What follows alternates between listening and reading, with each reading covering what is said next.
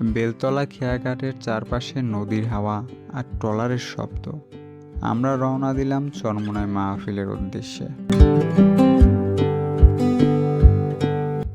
Trawler ধীরে ধীরে নদীর বুক চিরে এগিয়ে চলল। হঠাৎ আমরা ঢুকে পড়লাম এক ছোট খালের ভিতরে।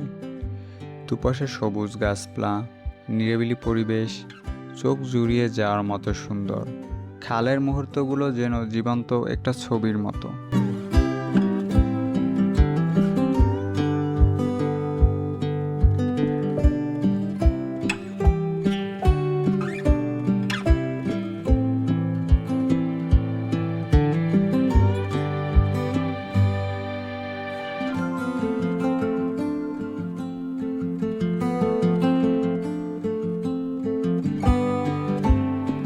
কিছুক্ষণ পর আবার মূল নদীতে ফিরে এলাম।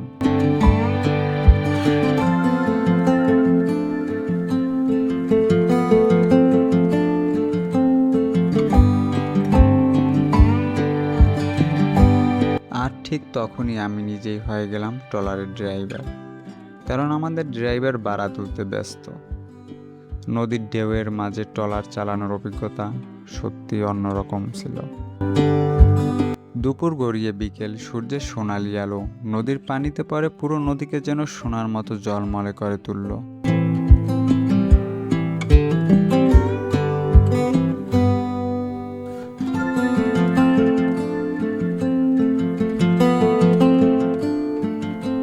দেখতে দেখতে আমরা পৌঁছে গেলাম চরমোনাই। ঢুকতে চোখে পড়ল মানুষের দল।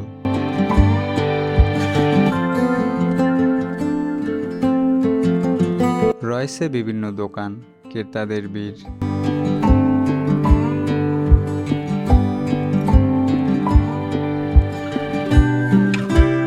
কাফেলার মানুষের জীবনযাপন কাছ থেকে দেখার সুযোগ হলো। কিভাবে তারা খায়, দিন কাটায়, সবকিছু খুবই বাস্তব আর ভিন্ন এক অভিজ্ঞতা।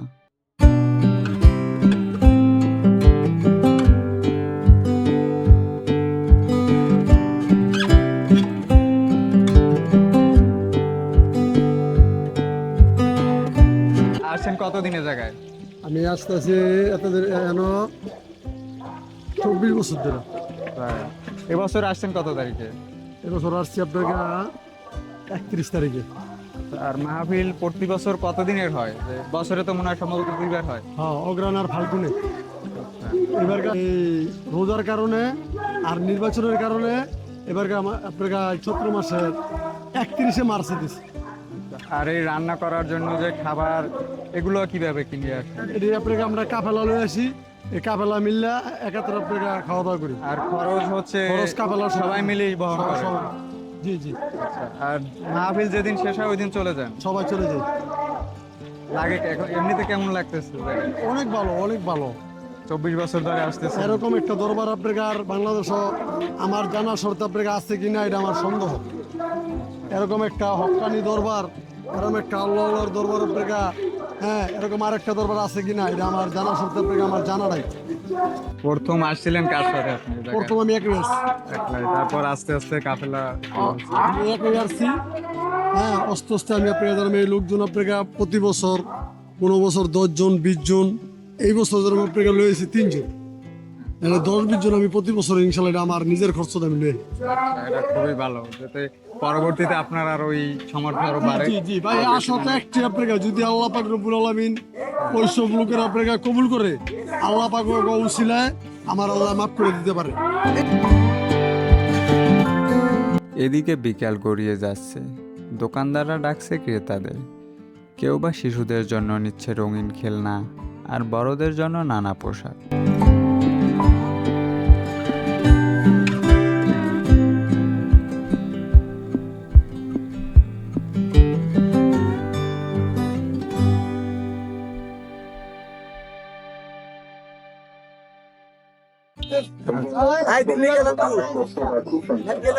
এমনিতে বাসা কোথায়?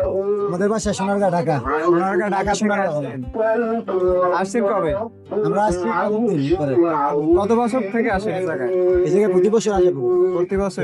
কত বছর হয়েছে ধরেন? দোকানের বয়স কত? 4-5 বছর। আচ্ছা, বেচা কিনে কেমন এখন? বেচা কিনে আছে মোটামুটি, লোক কম। খুবই ভালো। কয়টা পর্যন্ত খোলা থাকে? সারা রাত দিন।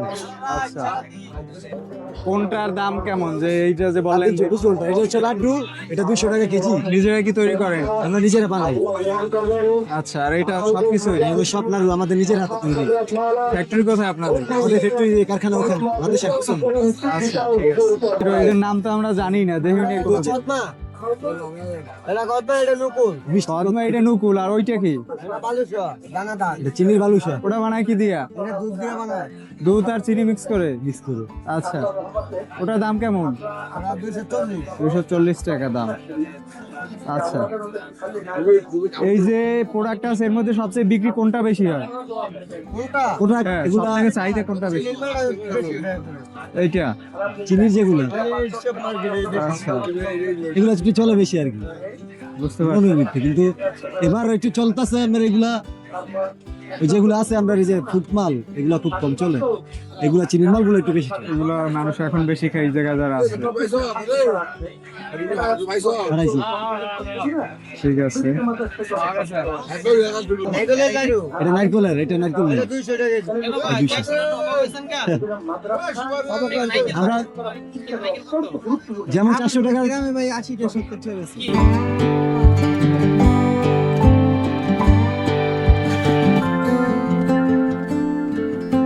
এক পাশে বিশাল পুকুর, মুসল্লিরা উজু করছে, আর অন্যদিকে গরমে কেউ বা ঠান্ডা জুস খাচ্ছে।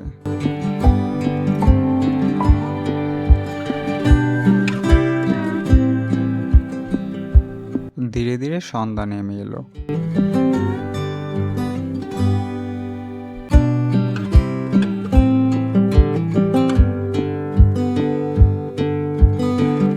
সবশেষে চাঁদের আলোয় নদীর পথ ধরে আমরা ফিরে এলাম বরিশালের লঞ্চ ঘাটে।